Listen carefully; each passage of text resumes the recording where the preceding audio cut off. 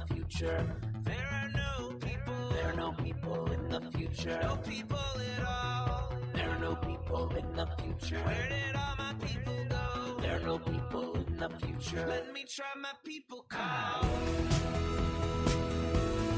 Where are all my people?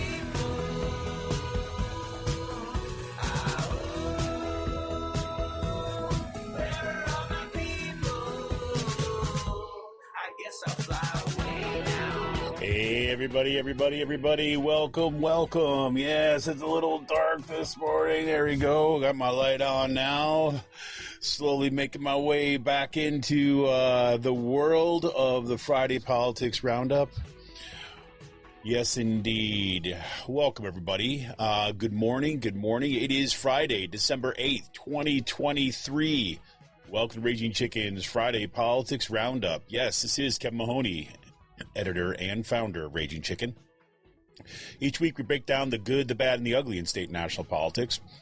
You can help support this show becoming a patron for as little as $5 a month. Head on over to patreon.com/rcpress for all the details. And you can help out the show right now by heading over to our YouTube channel if you're not there already. Smash that subscribe button, like the stream for this show, and hit that notification bell so you know every time that we go live. And if you're one of our awesome podcast listeners, make sure to leave us a 5-star review on whatever platform you listen on. And let other folks know why you like the show. Leave a little comment over there. Yeah, little things like this help other people find the show. On today's podcast, oh, God, a little loud there. Looks like got to bring that level down a little bit here. There we go. On today's show, well, I'll just give you a kind of a return to broadcast kind of day. Talk a little about some stuff that's in the news. Talk a little bit about, I don't know, how you feeling after these elections. I know it's been a while. I'll let you know some programs we got coming up. Check in with you. What's going on in your neck of the woods? How you feeling about stuff? Ready for the holidays? We shall see. Look, for more PA Progressive Talk, tune in to the Rick Smith Show's live stream at 9 p.m. Eastern on his YouTube channel, Twitter, Facebook. Subscribe to his podcast wherever you get your podcasts. Go to thericksmithshow.com for the latest across all his platforms. And check out the Sisters of the Night Caucus podcast. The amazing PA women stirring the political cauldron behind that podcast rock the house, and they know where the bodies are buried. Make sure to follow them at Twitter at the Night Caucus. That's at the Night Caucus on Twitter or X. And subscribe to their podcast on Anchor, Spotify, iTunes, wherever you get your podcast. I got to get that Anchor out of my little show notes there because Anchor no longer really exists. It has now just been subsumed by Spotify. And if you haven't heard, The Signal is a new podcast from the Bucks County Beacon. The Signal is hosted by the Beacon's editor-in-chief, Cyril Michaleko, and is produced by yours truly. Twice a month, The Signal will shine a light on the right-wing extremist currents streaming through Bucks County and beyond. Cyril invites guests who can provide insight, analysis, and organizing solutions so that we can steer the community toward calmer, saner, progressive routes. Check out at the buckscountybeacon.podbean.com or wherever you get your podcast. And also check out The Civic Circle. Yes, The Civic Circle is a podcast also from the Bucks County Beacon that tackles politics and policy from a Gen Z lens. Sarah Zhang, Mallory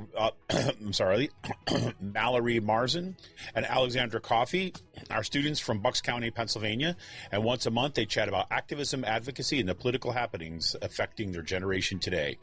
Check out their podcast at civiccircle.podbean.com or wherever you get your podcast.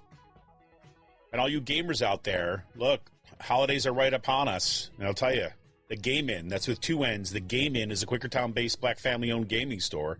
They're friends of the show, and they've got everything from retro N64s, the latest consoles, video games for all platforms, collectibles, action figures, Funko Pops, walls of Funko Pops, and good grades on report cards. Get your kids discounts, too. Check it out. Got a question about a game? Look for something hard to get. They've got you covered. Check them out at their Facebook page or follow them on the formerly named place called Twitter. At the Game Inn, that's with two N's. And shoot them a message or drop them an email at thegameinpa@gmail.com. And if you find yourself in the Kutztown area this holiday season, You got to check out the Heart and Hearth Deli and Smokehouse. Yes, that is located at 466 West Main Street. That is kitty corner from the Kutztown University campus. The Heart and Hearth is an American bistro featuring barbecue and French-inspired fare, all with locally sourced and organic ingredients. And you get in there, you got to say hello to Colleen. She's the owner. She is a friend. She is awesome, and her food is mwah. Go check them out. The Heart and Hearth Deli and Smokehouse, located at 466 West Main Street in Kutztown. A special shout-out goes to Jonathan Mann, who wrote our intro song, There Are No People in the Future. Check out all his great stuff on his YouTube page and follow him on Twitter at @SongADayMan. That's @SongADayMan on Twitter. Well, we are back in the seat here, and we've got a new show coming up for you on Out to Coop Live on Monday. Yes, this Monday, December 11th at 7 p.m. I welcome Adrian King and Ashley Gillis Perkins to the show. We'll be talking about the discrimination complaint they filed against the Penridge School District with the Civil Rights Division of the U.S. Department of Education. Ashley Gillis Perkins is a staff attorney with the Educational Law Center, and Adrian King is, of course, founder and president of the Pair Up Society and a parent of two kids in the Penridge School District. We'll be digging into their decision to file this complaint, the long history of discrimination in the Penridge School District, and what things may look like going forward with the newly elected school board members. Pretty cool, pretty cool. I'm looking forward to it. And look, everybody, if you want progressive future, we need progressive media. Support Pull No Punches, homegrown progressive media today. Become a patron of Raging Chicken for as little as $5 a month. Simply go to patreon.com/rcpress. We're here for the fight, and we need you. Become a patron for the price of a good beer once a month. Help keep the media in the movement and the movement in the media. Become a patron for as little as $5 a month by going to patreon.com/rcpress today. Well, welcome and good morning, everybody. As you can hear, my voice, hey, Emily, good morning. My voice is still not quite up to par. For those of you who don't know, I mentioned this, I think, on one of the shows when I first came back, but I got COVID over Thanksgiving. And here's the funny story, right, if you will. So I had to go, I was trying to kind of make sure I was kind of ticking all the boxes. I've let people on the show know before. I had last summer, I had kind of a blood clot in my leg, and it was complicated for a bunch of series of other stuff. And so it's been quite a kind of medical year, let's say. Everything's good now with all that and everything like this, but it's been one of those things. I'm at the age where things start breaking down. So I want to make sure that I'm following up with doctors and all this other stuff. Anyways, so I had this appointment that I said, well, you know what? I better get this done before we go on vacation, just so that it's, that's done, because I know it's going to have a follow-up, and there's going to be a follow-up, and blah, blah, blah, blah. So I schedule the appointment. I go into the appointment, and there's a nurse that, basically comes in and does your check-in and all that stuff. And then she sneezes and starts coughing really bad and says, oh, no, don't worry, it's just a head cold, and goes out in the hallway and starts hacking her lungs out, right?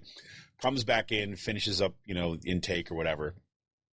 2 days after that, one day, hey, Amy, good morning. And one day before we're supposed to leave to go to Florida for the Thanksgiving vacation. It's a vacation that we put off from last year, because last year my son and then myself got the flu, so we had to cancel it and postpone it for a year. So, of course, the night before we're supposed to leave, I test positive for COVID. And but after I encouraged my family, as just please go. Do not, like, the kids have been so disappointed. We're going with my brother and sister-in-law, my niece and stuff. So it was kind of like a big deal. So I was like, please go. And they're like, we don't want to leave you. I'm like, I don't want to be left, but you better go. So they went. Did not have that bad of a case. And just kind of really took it easy for the week. Funny thing was, toward the end, the last like 3 days or 4 days of when I was still testing positive, is like when I really started getting congested and short of breath and that kind of stuff. But anyways, long story short, kept testing positive for a while, and this thing kind of just hung on. And of course, after Thanksgiving, it's the last 2 weeks of my semester, so it just was so I went back with a mask and all that stuff after I was testing negative, all that kind of thing.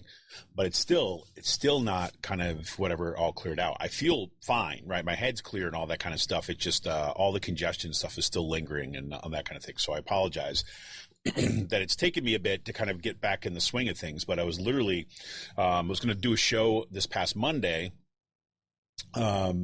because this past Monday was the swearing in of the new school board at Penridge, right? So, and they had it at 6:00, which I was psyched about because I was like, oh, 6:00 is a swearing in. We'll go to the swearing in and then come back and get to talk about it, right? On the show. But I was, again, my my voice was cracking. I was like, Siri could just. So I was like, I better just get a good night's sleep, and that's what I did. So. Anyways, I go back to my follow-up appointment with that doctor, right? And I go back in, and the person I'm supposed to meet with is not there that day. So I said, oh, well, you know what? It's okay. We can actually have one of the nurses can take care of you. Well, that shouldn't be a problem. So go ahead, sit down, and guess who it is? It's the same nurse once again. And I'm sitting there, and I'm, I got my mask on still. This was the kind of the week after Thanksgiving, even though I was testing negative. Want to make sure, look, I'm going into this place. Better, make sure. I had called ahead of time just to make sure, listen, I had COVID. Should I still come in for the appointment? And they said, yes, please come in. That shouldn't be a problem. Just wear a mask, blah, blah, blah. So it's fine. So I do that. I'm sitting there talking to this nurse, and she's like, yeah, how you doing? I got my mask on. I said, yeah.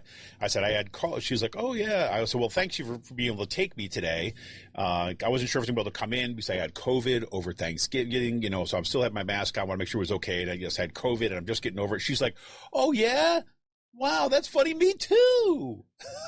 Right? And I'm looking at her like, well, at least that's a confirmation about, where it goes on. And so I just say to her, yeah, yep. Got it over Thanksgiving. My whole family got to go to Florida without me, and I was kind of sat home because of COVID. And you watch it dawning on her face, right? And like in my mind, to be honest with you, I'm like past it at this point. I'm like, I'm moving on. Nothing I can do. That really sucked, but whatever. I'm not going back to refight that thing, but I'm just going to let it sink in and just get out of here. So that was my story. And then, to make matters worse, right, we had like this kind of stuff that like ran through my house. Luckily, my wife ended up getting COVID, but like when she got back, and we don't think it was probably from me, but we're not sure. And then my son has had this like stomach bug for the week, and it's the end of my semester, so all the grades and all the meetings are coming in. So I've just been swamped. So that's the long story short, right? Basically of why it's taken me so long to kind of get back in the swing of things. I hope you got to check out, I don't know if you haven't already, to check out the latest episode of the Civic Circle that's, comes out from the Bucks County Beacon. The Civic Circle is that kind of Gen Z focused podcast. The latest episode that came out, we interviewed Jordan Adelson, or they interviewed Jordan Adelson. And I was very, very excited that it was it was able to come out when it did, and that we were able to put it out, and it was such a great interview, and wanted to get that out before the Monday night, because Monday night was the swearing in at Penridge, and Jordan Jordan was the communication director for Bucks United, and she had talked kind of a fair amount about the Penridge School Board. So who knows it? Killing my voice right now. I'm just like, oh, this is bad. Yes, Amy, I agree. I need an assistant. I think. Well, you know what? I should say this about this. I mentioned this on a previous podcast, and I've been thinking a lot about like directions forward for what I'm going to be doing with Raging Chicken, and I'll probably be posting some about this to the Patreon site. But one thing I'm very excited about with our Patreon site is Patreon just started doing this thing where you can follow different creators without having to become a member, which is very helpful in just kind of building up kind of another kind of area of listeners. So we've got a whole bunch of new followers on Patreon, which is great. It'd be awesome if we got more, patrons, right? Paying patrons. That'd be even better because then we could do some of the things we've wanted to do. But some of the work that I've been doing has been helping build a little bit stuff with Raging Chicken. So one of the things that I'm going to be doing probably the month of December into January is consolidating a bunch of the work that we do. You may or may not know if you're listening to this podcast right now, but we started out having a web page that was mostly kind of writing based. We started that back in 2011. It wasn't in 2016 until 2016 that we started the podcast, and we were running both of those things for quite some time. And the company that I have for my web hosting decided to switch over its servers. This was during COVID at some point. I think it was probably 2022. Switch over their servers to kind of to like a cloud-based server system, which is going to allow it to be faster according to them and all this stuff. On my end, I had to do a few things with the switching some things. Apparently, I did not do that correctly at some point, and as a result, if you go to that webpage now, ragingchickenpress.org, it comes up as an error page.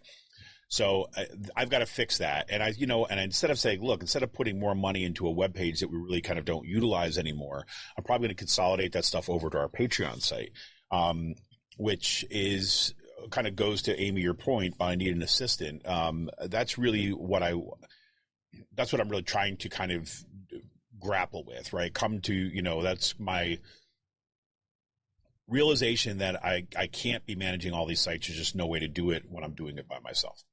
So we're going to probably consolidate things a little bit over on the Patreon site, and then trying to produce some more content. Because the other thing I've been wanting to do is there's a bunch of writing I've been wanting to do, and I think that's going to be a place I'm going to start posting some things up on Patreon. Most likely, that stuff will come out initially as that'll come out initially as patron only, right? But then it'll release like a week or so later there, and we shall see. So, anyways, that's going to be happening over the holiday season. In addition to just finishing projects that I need to get done for here. So that's one of the things. The other thing that I really enjoyed doing, you may have seen, is that we had our first community intern. Technically, she wasn't the first, but she was the first one who actually we that functioned as an intern. Let's put it that way. I agreed to take on some interns before. It didn't work out so great. But Ava Lobach was our community intern with Raging Chicken. And she was awesome and was able to write a bunch of stuff. We kind of paired up with the Bucks County Beacon. So the interviews that I was doing on Out to Coop Live on Monday nights, she was doing kind of like articles based upon that and posting that stuff in the Beacon. It was fantastic. And I'll tell you, one of the things that I've wanted to do actually not even wanted to do for a long time, but the whole original idea behind Raging Chicken was that it was also going to be a space for developing young, I shouldn't say just young writers. I'd say writers who are new to doing this kind of work, right? And not just writers, but also people work in, say, photography and video, podcasting, all that stuff. But people who wanted to work in the progressive media space, but really just, there's not a lot of places where you can get to do this stuff. So that was kind of the original idea. We had a fellowship program that we worked for a while, that we had some college fellows that were, by kind of a semester basis. We had a couple that were great. We had a couple that were just took the money and run, so to speak. But I think that given the fact that our focus has primarily been this podcast, or these series of podcasts, now that I'm doing more production work with the Bucks County Beacon, got some other things kind of stirring up, work well with this internship thing. I think we've got some models to actually do more than just the podcast, right? To actually be, for me personally, to do some more of the writing based on Patreon. but also kind of work in conjunction with some of the other progressive media outlets in the area, maybe as a clearinghouse with interns, with kind of interns that we could kind of work through. I got a bunch of ideas like that. So I've also been, and this kind of always been streaming in the back of my head. Several years ago, this is before COVID even, I actually started a nonprofit organization called, excuse me. Yeah, this is what it's been like. A nonprofit organization called the, sorry, hold on a second.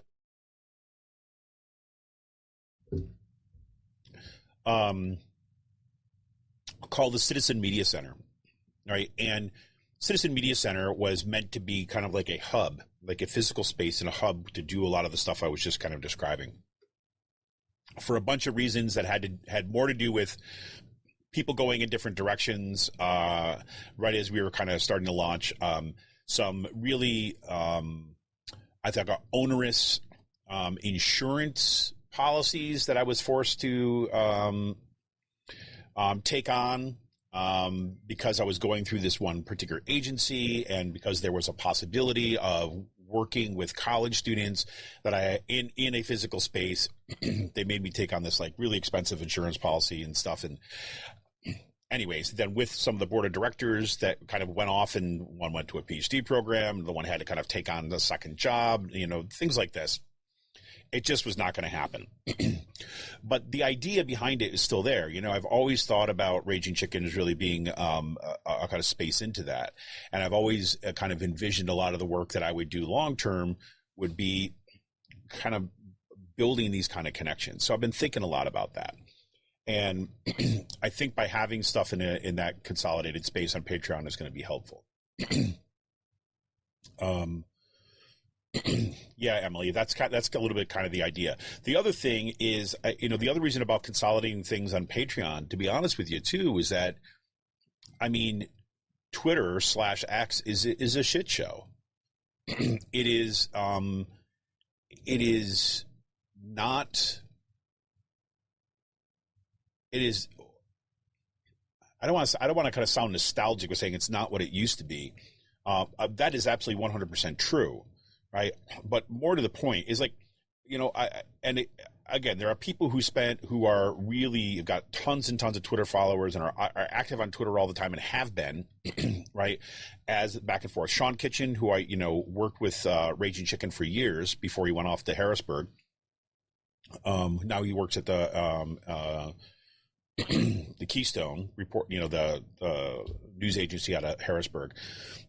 But, he's one of those perfect example. He was on Twitter all the time and things like this, and that's kind of what he did. I've never been that kind of personally active, like on Twitter or even Facebook to some degree. I was for a while, I think, but I've utilized those spaces mostly from Raging Chicken's perspective, right? From, kind of wanting to kind of engage through Raging Chicken. And what was always awesome about it is like, as I thank everybody who shares our stuff and all this kind of, it's been great. People have been amazing and helping promote this show and the stuff that we're doing Raging Chicken, sharing great materials and all that. It's been fantastic. And to a certain degree, that was always were going to get traffic to our podcasts and things like this through those social media platforms. Twitter is such a shit show that there's nothing you can count on any longer in terms of like your stuff even showing up on your own followers feeds. The analytics are a disaster. And if you talk to anybody who works in progressive media, any media for that matter, but mostly progressive media, Twitter has really fallen off as a place to be. The threads, the alternatives, we're on Threads too as well. We're on Mastodon too as well.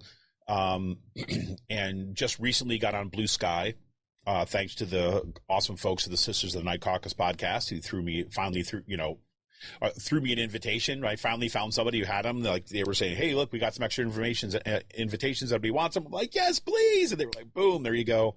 So we're on Blue Sky. Blue Sky is probably the best Twitter rival that's out there. But look, I mean, it's hard to get on, right? You need an invite and stuff. Over the long term, that might prove useful.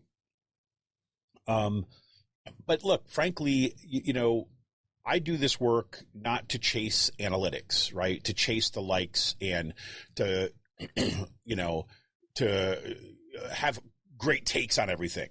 That's just not me, right? I'm not knocking that, right? I'm just saying that's just not me, right? I look at it so much as a, as a space to share kind of the work that we're doing. So without having a really kind of clear alternative, like, Emily says, yeah, Blue Sky is still niche, but I like it. Yes, I agree. I'm right with you on that. But I'm looking for a place where we actually build community online. Mastodon was, that was kind of the idea behind Mastodon, right? And it still is very much. I mean, if you're looking to build kind of communities of like-minded people and have kind of discussions without all the kind of,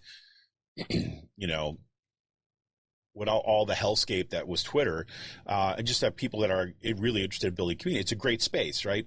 It is not a space, however, to kind of share, and kind of expand your membership unless you spend a lot of time there. And it's like, I just don't have that time, right? If we had, like Amy was saying, like need an assistant, like if I had somebody who was just running my social media, right, doing all the time, that's awesome. I mean, Sean Kitchen for a long time kind of did that for Raging Chicken. But he used to be RC Press Sean. That used to be Sean, right? But he's long moved on from that. Anyways, so that's just kind of some of the stuff that's been going through my mind. And frankly, I also got to say, Kirsten, what's happening?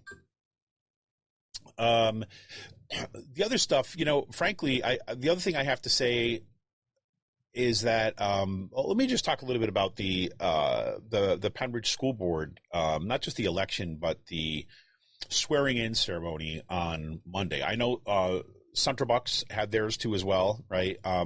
And just like at Central Bucks, I mean, Central Bucks got a lot of coverage, but just like Central Bucks, there was tailgating that was going on at in the Pembridge high school parking lot ahead of the meeting, which was phenomenal. Once again, a huge shout out to everybody who worked on that campaign. Huge shout out to I could just go through the list of names, and I think I'm going to do that before the end of the year. I'm not going to do it today because I don't have it up in front of me and I don't want to miss anybody. But all the folks that worked, with the Pembridge Community Alliance, the folks that worked with, the amazing work that the Ridge Network did, the amazing work that even, Bucks United did, the folks, even the Pembridge Democrats.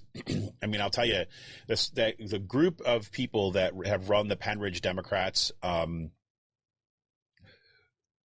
through the thin years, right? When especially when they weren't doing anything, they have really started to build that back up as a community, which has been pretty amazing.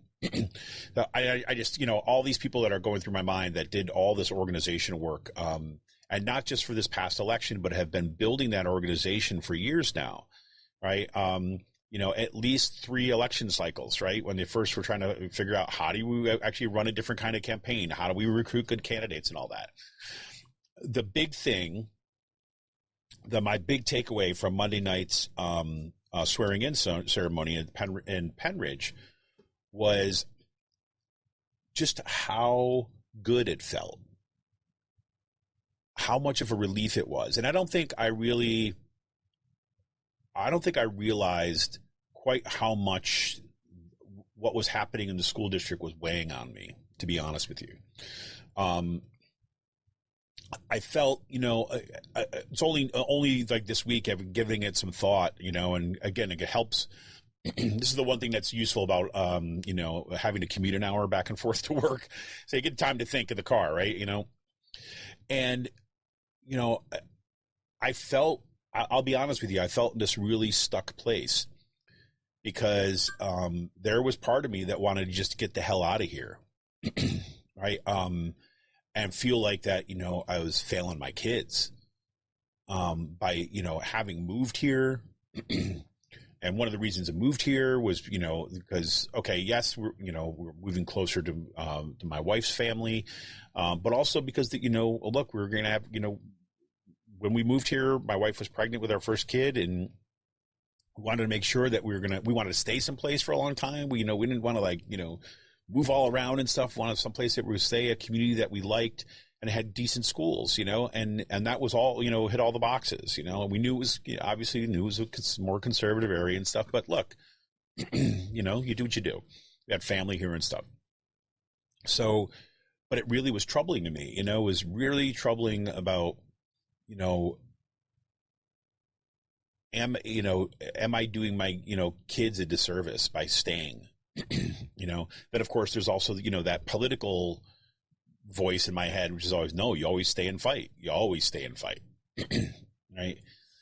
You always stay and you try to make things better, right? It's like the flip side, it's not like those people used to say, love it or leave it. I always say, so it was in high school, I would say, no, I'd rather choose to stay and make it better rather than just get up and, take my toys and go home.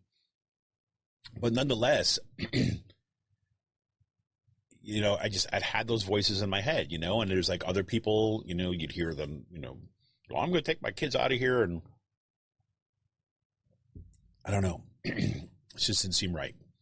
So, but it had been weighing on me quite so much. And then plus, to be honest with you, the other part of it was, like I kind of mentioned at the top of the show, is that, I had all this kind of health stuff to deal with this year. And that was weighing on my mind a lot. And I don't think I realized until probably October of this, October, that I was just significantly burnt out for a lot of reasons. And the school board stuff kind of tipped me over the edge in a weird kind of way. I mean, in a way that I'm not used to. It's not familiar to me. I mean, normally, and I'll be honest with you, normally if this was happening, most times in my life with these crazies taking over the school board, I would have been one of the people out there being at the, on the organizing committees and things like this. And that would have been what I was doing. And I couldn't do it. Right. And it was a very strange experience. So, I mean, obviously it helped in other ways, right? We did the show, right? I contributed in other ways, in ways that I could. In ways that I kind of, said, okay, I need to do something to help this out, even if it's a small thing. So I would do those things.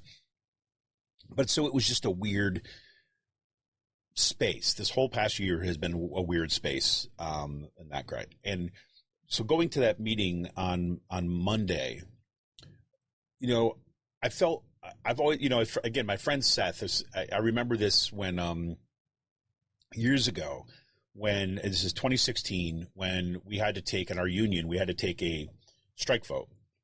It was going to be, and it was pretty clear that if we took a strike vote, that we were actually going to strike. Right? This is a strike authorization vote, I should say.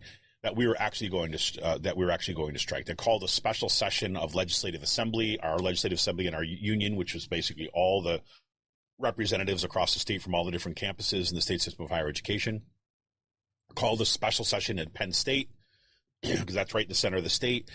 And literally, we were going to convene for a day, less than a day, really. Go in, convene, take the vote, and that was it. That was the business of the day. And yet, virtually everybody went, right? I had to figure something out. My son came with me and brought him a bunch of toys. We drove out to Penn State to the hotel where the vote was going to be taken, and took the vote, right?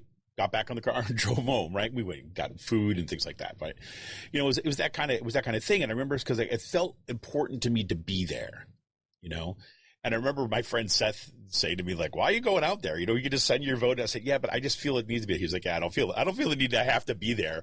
Right? But for me, that's always been kind of important, right? These kind of key pivotal moments. And that's the way Monday felt. It felt like to be there to bear witness, right? And I didn't realize how great it was going to be. It was so positive. Even you had Jordan Blomgren, who, I've talked about extensively on this show. Jordan Blomgren, one of the kind of, she was the one who recruited, took care, got the secret contracts and all that stuff to bring Vermilion Education aboard at Penridge. That was like, she was the one. She was vicious to people. She was belittling to, both people in the community and other members of the board. She was just the kind of toxicity she would bring to every single meeting, just like, oh my God, it was overwhelming. And yes, I'm not saying she was the only one. Megan Bannis Clemens clearly was in that same camp. Ricky Chaikin was still in that. Although it was funny, interesting over the months, she got quieter and quieter because I think she realized like she actually still wants to like maybe be able to say hello to people in the future. I don't know. Who knows? Whatever. But anyways, so you now got a new school board majority. You got, all the Democrats won, right? So there were 5 open seats, 5 won. And now Jordan Blomgren and Ricky Chaikin are the only 2 left over from the extremists, right? They're the only 2 ones that are there. And then there's, of course, the lapdog guy who just votes along with them, but doesn't really say anything of value. But Jordan Blomgren, she, despite that really positive feeling, she tried to bring the toxicity. Like she showed up in her big, like flag scarf and stuff, was wagging her head around and things, but it had no place to go, right? Because she tried to turn what everyone was there. I won't say everyone, but I would say probably 95% of that packed room where people were there to support the new school board candidates in the new majority. And there's only one person that got up in public comment and spoke. And I have no idea what that guy's politics are. I've never seen it before. But what he called for is like, can we please, I don't care what your politics are, can we please get back to a situation where people are going to do the best for our community and for our schools and for the kids in the schools? Right, and check your kind of political agendas at the door, and let's get back to the business of making this thing because we care about this community and so on. Right, that was kind of his shtick. And I think that the vast majority of people who elected this new school board, these new school board candidates and this new school board majority, that's really what bound everyone together.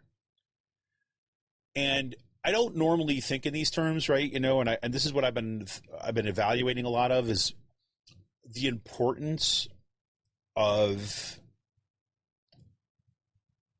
a truly democratic process that is dependent upon difference, but also collaboration and critical compromise, right? And by critical compromise, I really don't like the way that people deploy the word compromise very often, because usually it's meant to kind of shut down people.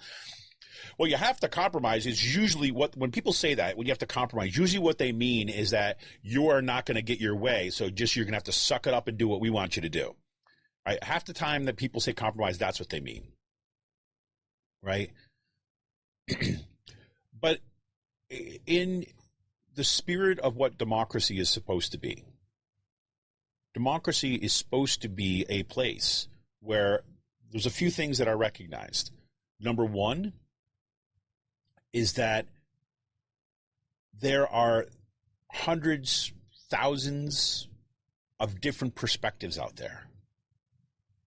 And those differences in perspectives are going to come into conflict. And so instead of trying to suppress the conflict in a truly vibrant and healthy democracy, people embrace the conflict, but suggest, right, again, democracy is clear, like said, look, instead of we're going to solve our differences, we're going to solve conflict through argumentation, persuasion, discussion, collaboration, right? And yes, compromise, instead of violence, right? That's the real promise of democracy. It doesn't say that, it's not kumbaya, it's not utopia, but it's to say that this is a space where we are going to take these conflicts and we're going to try to resolve them through discourse. And you can't just kind of like say, well, we're going to agree to disagree, because you have to decide on things. Right? Yes, Emily, exactly. It also means open communications to all the stakeholders. Absolutely.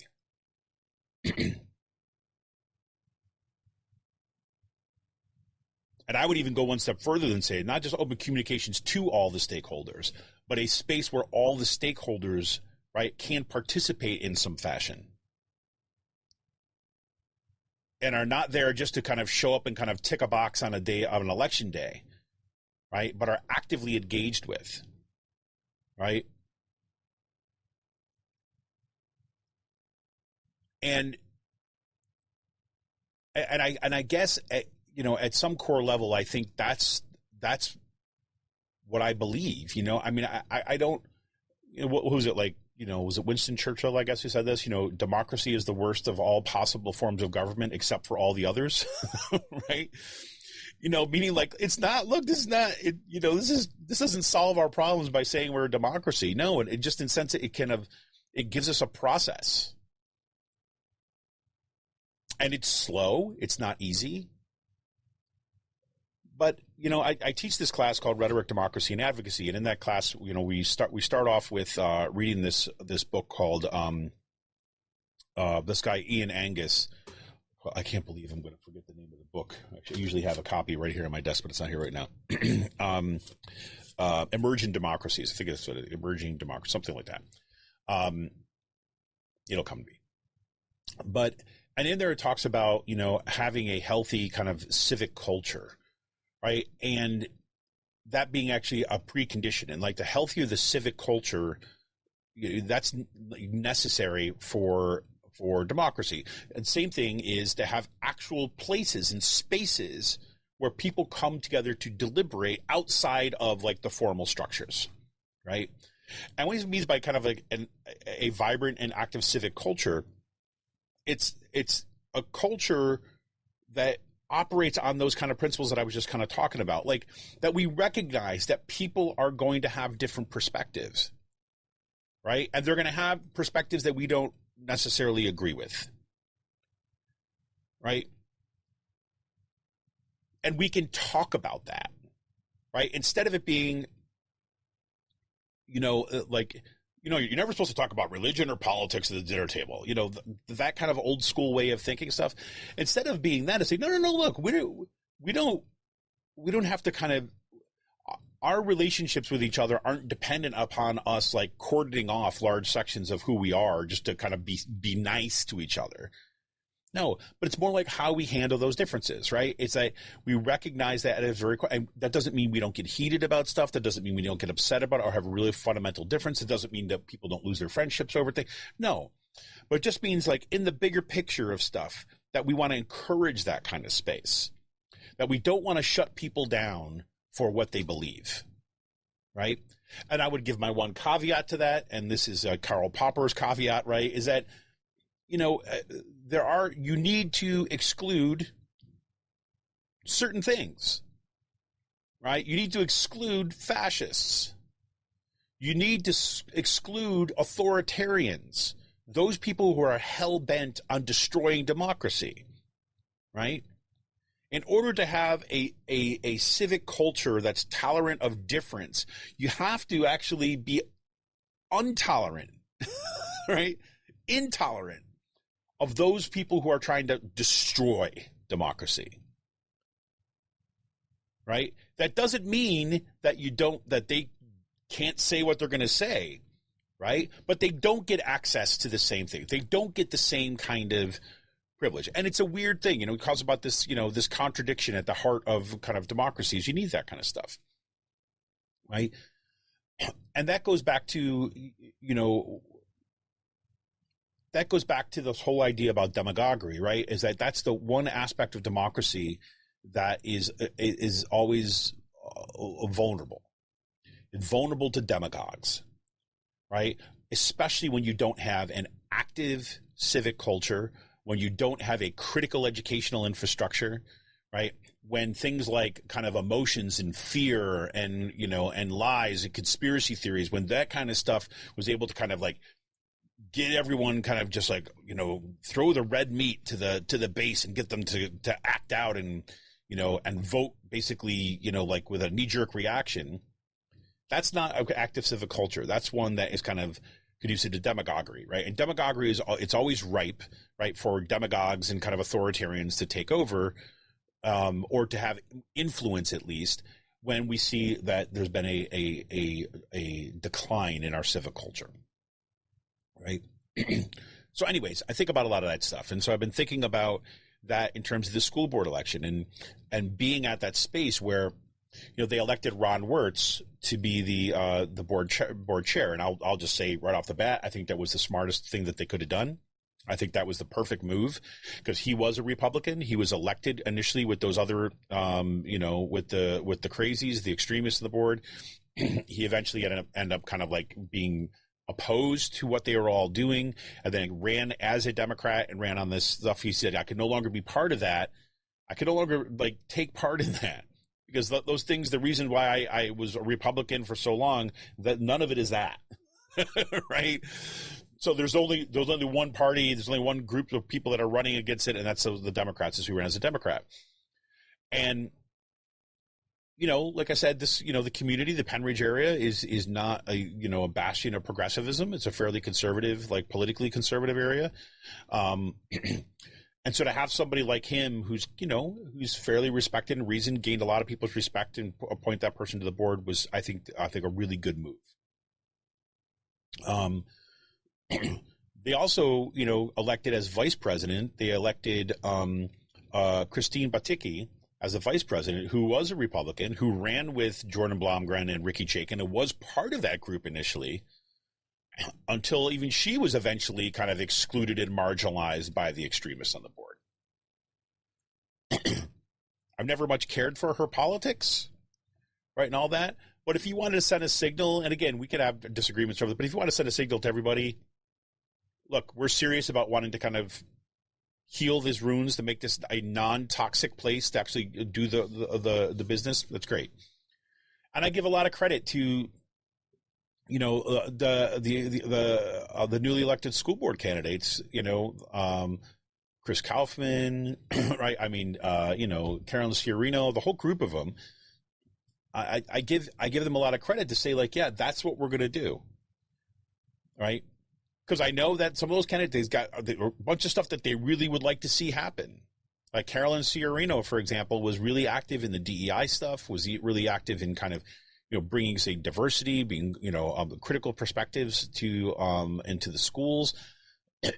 And, I could imagine there's got to be part of her saying, like, I want to get out in front. I want to do that stuff now. But pausing your, putting your own kind of like maybe personal agenda in check. Right. And I'm projecting here. I have no idea. I didn't talk to her about it. So, but, I mean, that would be my perspective. I'd be like, I'd want to do this stuff, but then say, wait, let's get back to a functioning board, right? We can actually do good things for the school district. I mean, that was a lot. And that's what the whole night felt like, right? When people clap, everyone, when the newly elected folks were getting sworn in, everybody was kind of standing up and clapping for people. It didn't feel like, yeah, in your face. It felt like, thank you. It felt like we're here with you. We're taking this oath with you. It felt like a community. And it was amazing. I'm so glad I went for that reason alone. To be, one of the people in the audience that was there, my daughter went with us. My son was sick, unfortunately, but my daughter went with us, and, we're there to be there. So that was a really good thing. I know I'm not talking about a whole bunch of stuff in the news today, but I think I've turned off some of the news for a bit, especially I'm looking at like, okay, here's my Google News headlines right now. Let me just refresh it. So so this is what, and this is kind of what in my brain is like, okay, so we have On one side, Hunter Biden hit with federal charges for evading tax, right? UNLV shooting suspect captured on video after deadly rampage. Putin will run for president again in a bid to stay in power. Oxford High School shooter Ethan Crumbley to be sentenced on Friday in Michigan, right? New Bucks County business offering kitchen, bathroom, and closet design services, right? Attempted break-in caught on stuff, right? Let's see, where's another good one? Taylor has been accused of throwing shade at her ex Joe in her Time of Person of the Year interview, right? I was looking at this stuff, and then if you look at what continues to happen in Gaza, right? It's horrific, and then you've got like Elise Stefanik, in these hearings, basically using it as a platform to go after these college presidents, and these college presidents being really unable to kind of like say simple things when it comes to anti-Semitism. And so now you got Elise Stefanik, this kind of like right-wing guy from up my neck of the woods up in upstate New York, which was not in my representative area, but kind of up there. Elise Stefanik, basically be able to kind of use it as an opportunity, as a political opportunity to kind of go after higher education and the kind of like the smart people and, the people with degrees and all these, stuck up academics and professionals and who are all Democrats and blah, blah, blah, blah, blah, and making them sound like they're anti-Semitic. I mean, he's like, it's unbelievable.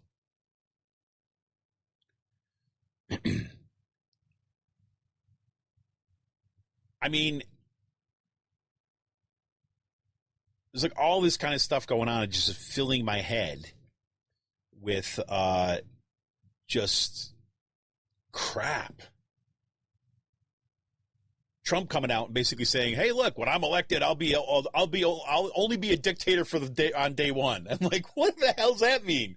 What, when you dissolve the government? I mean, whatever. I mean, I swear to God, there's so much out there that is.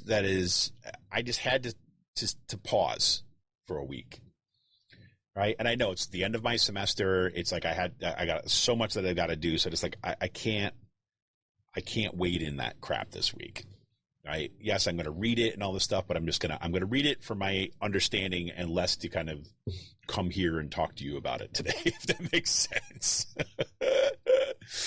And that's really why I wanted to. I wanted to spend so much time talking about the school board election, because I think it is a real turning point, and I think it's really important that everybody, if you haven't already, you take that moment of just of recognizing what a victory that was, what a victory it was in Penridge, what a victory it was in Central Bucks, what a victory it was in Southern Lehigh. And I said, wow. And to kind of take that feeling of work well done and all that, and then remember, it went the other way down in Souderton, right? It went the other way in Kutztown.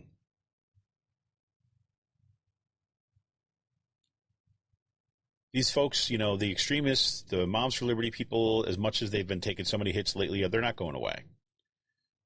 Even if it's a different brand, a different style, different names, they're not going away. But the only way we sustain it is to remember what it feels like to win, right? And to know that we can win. Anyways, one of the things that, as I said kind of earlier on in the show today, that next week on Monday, I've got a great show for you. We got Adrian King and Ashley Gillis Perkins on the show. Most of you who listen to this know who Adrian King is, right? She's the head of the Parent Society. She's got 2 kids in the Penridge School District. She's worked with the Ridge Network. She was a former school board candidate, just done phenomenal work. Right.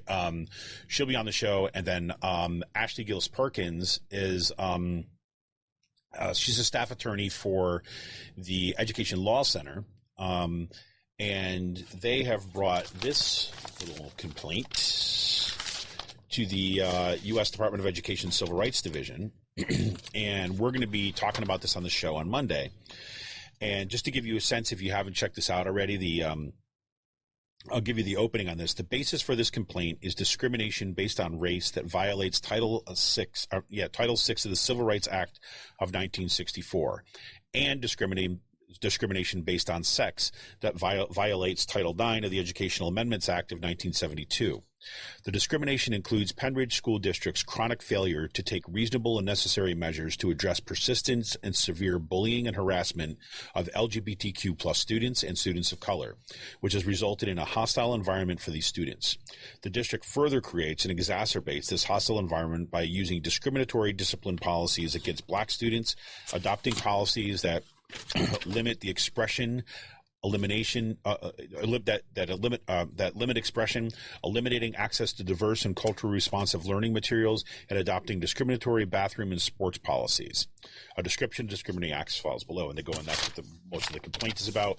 There's voices of students and direct testimony of people who have been victims of this discrimination. You've got the this is filed, like I say, the Education Law Center as kind of assisting with this, as being the forefront of this. You also got the NAACP of Bucks County. You got the Pair Up Societies that on here, and a bunch of kind of individuals that names are blacked out for privacy reasons. So that's what we're going to be talking about on Monday, and I think it's a really good time to be having this conversation, because we can approach this. Look at this complaint of discrimination as something that is separate and distinct from the particular composition of that school board. So on number one, we can recognize there's been a significant turnover in the Penridge School Board, right? And we also know that that former majority on the school board has been responsible for passing some of the worst policies, right? Discriminatory policies in here. But we should say is that Adrienne King, Carolyn Ciarino, a whole bunch of other folks have been talking about this kind of discrimination, systemic discrimination, and the failure of the school district to address it for longer than that most recent school board composition. We can remember when Joan Cullen, right, was the head of the school board, and who was also soft walking the same kind of policies that the extremists brought in.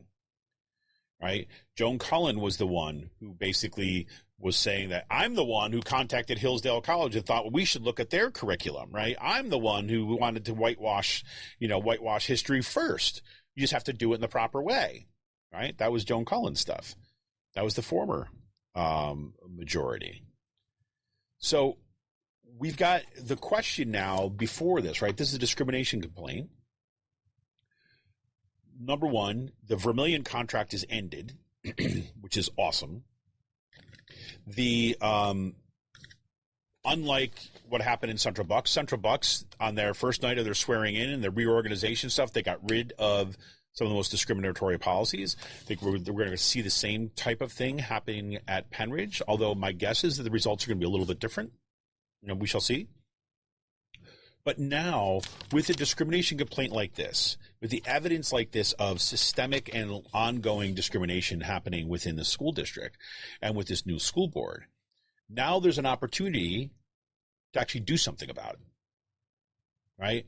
So that's, again, this is the opportunity for the community, right, to get behind making the district better, right, and inviting the new school board majority, right, to make it better with us, right, to resolve these long-standing problems, right, and do it in a way that is going to make our schools that much better, right? Because I heard this off comment. I couldn't even tell you. It was on social media. I think it was in Facebook someplace.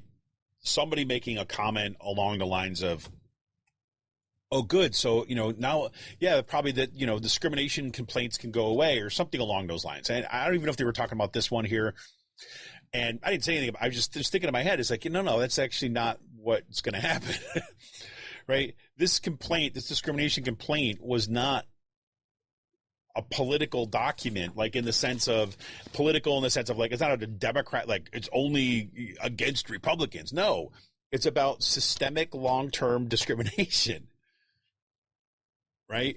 And so that doesn't end long-term systemic discrimination does not end with the election of somebody different.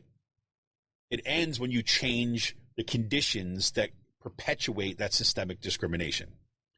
So I'm looking forward to seeing that move forward. Like, let's having those conversations about healing and moving into a direction that is no longer going to be, Penridge is no longer going to be a space of discrimination and hatred and abuse, but is going to be one of learning, of nurturing and caring.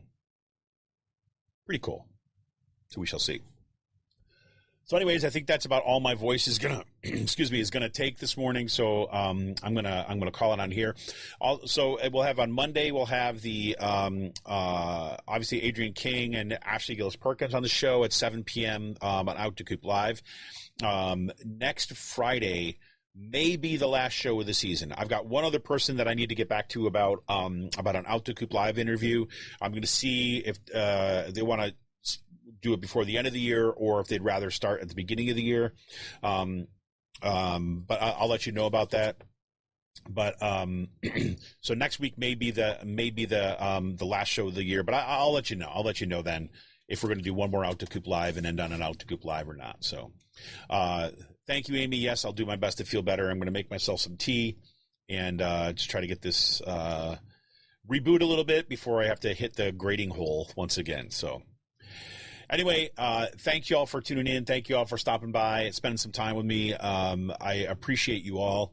Want to remind everybody out there that you can help support this show by heading over to patreon.com/rcpress. You can join our growing community over on Patreon, and you can become a patron for as little as $5 a month. But you can just go over to Patreon right now and follow there and make sure. Yes, ginger and honey with apple cider, Amy. Okay, all right, I'm on it. I'm on it. I'm on it.